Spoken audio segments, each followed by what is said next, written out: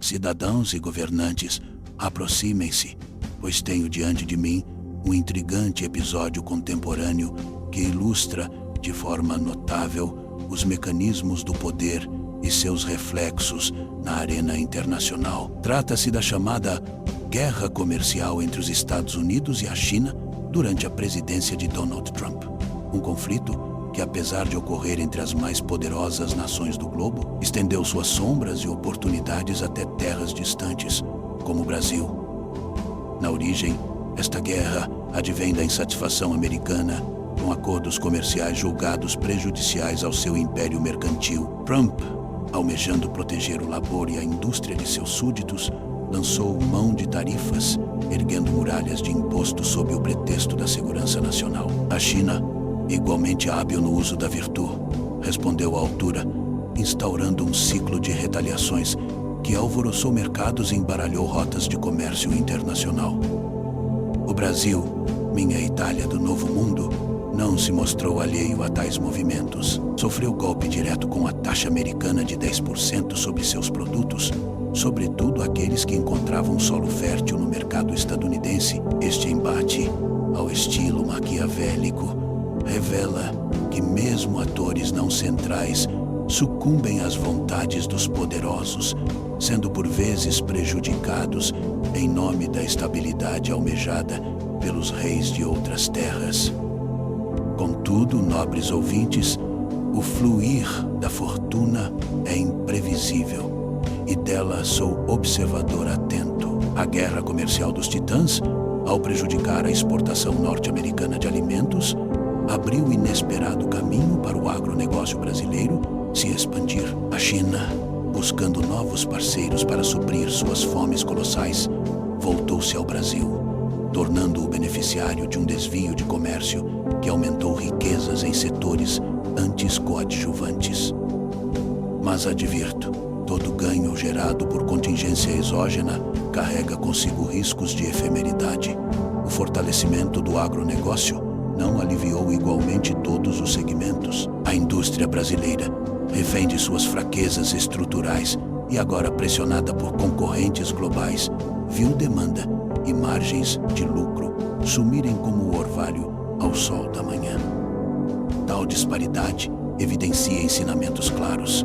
Enquanto a agricultura colhia ouro, a indústria buscava sobreviver em mar revolto. O Brasil se tornou exemplo de como a fortuna costuma sorrir para uns e virar o rosto para outros, a depender da configuração das forças mundiais, da capacidade de adaptação nacional e, sobretudo, de políticas hábeis dos seus governantes.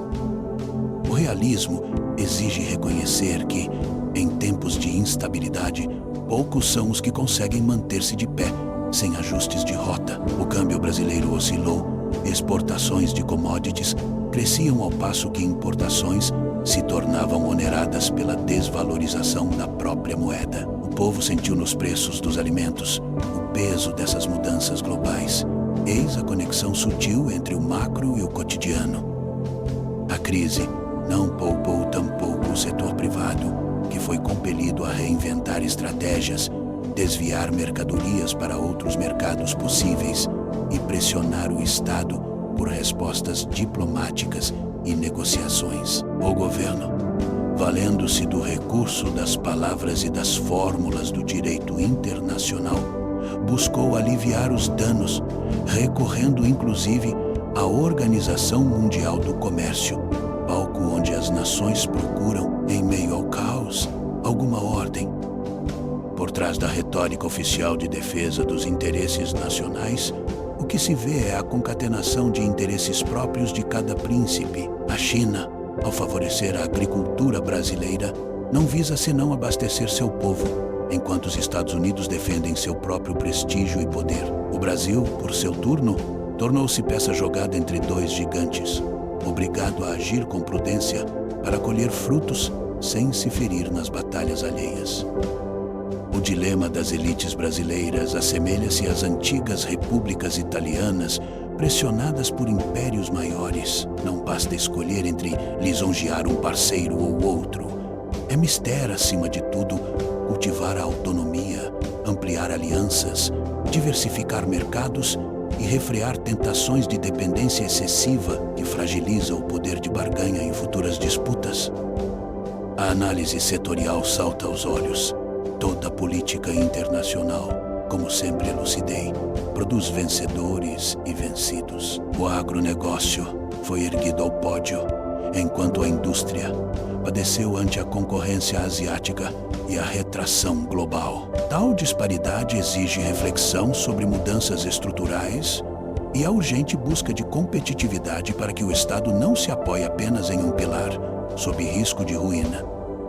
Qualquer príncipe sensato compreenderia que é insensato gozar dos favores de uma casualidade sem preparar-se para o revés. O Brasil colheu bônus no campo, mas viu seu parque industrial definhar, ilustrando a necessidade de investir nas capacidades nacionais, inovação e diversificação econômica. Só assim o Estado poderá navegar sem naufragar na próxima tormenta global.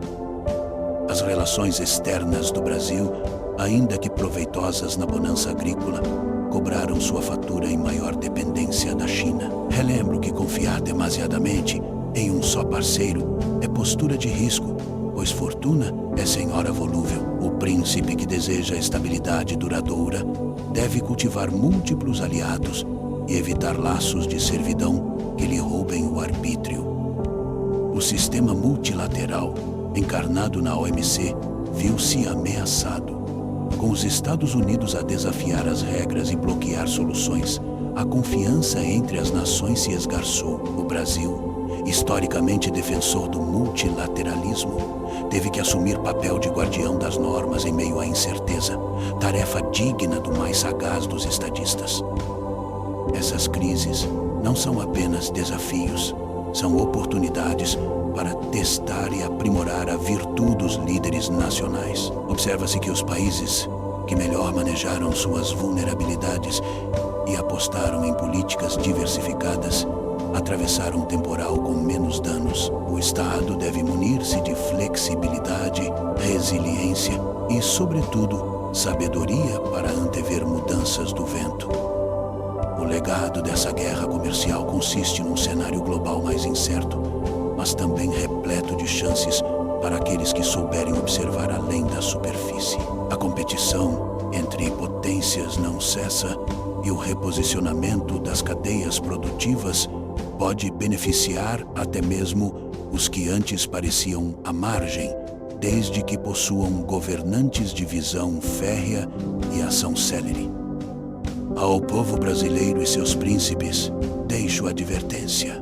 A virtude reside em antever e preparar, não apenas em celebrar os bons ventos. Aprender com o passado é mais eficaz do que lastimar, pois o mundo permanece volátil e só os que buscam constante adaptação prosperarão diante dos choques vindouros. Que a disputa entre ELA e China sirva de lição sobre os desvios de riqueza, volatilidade e dependência. O duelo dos grandes é espetáculo arriscado para espectadores desatentos. E só os que combinam prudência ao arrojo conseguem extrair proveito sem se tornar reféns do acaso.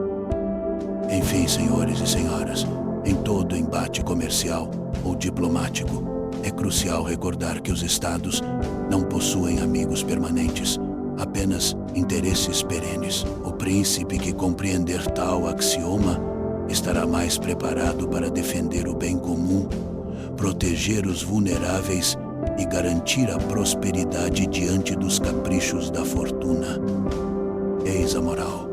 Quem navega pelas águas turvas do realismo político deve julgar com frieza e agir com audácia, pois, nos jogos do poder, o mais preparado não é quem vencerá sempre, mas sim aquele cuja virtude souber aproveitar a fortuna, adaptar-se ao incontrolável e, acima de tudo, não temer afastar-se das velhas certezas em nome do bem do Estado.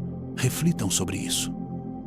Se esta análise maquiavélica despertou reflexões, peço que deixe seu like, compartilhe este vídeo e inscreva-se no canal. Comente sua visão sobre as lições e dilemas aqui discutidos e indique a amigos interessados em compreender o jogo do poder global.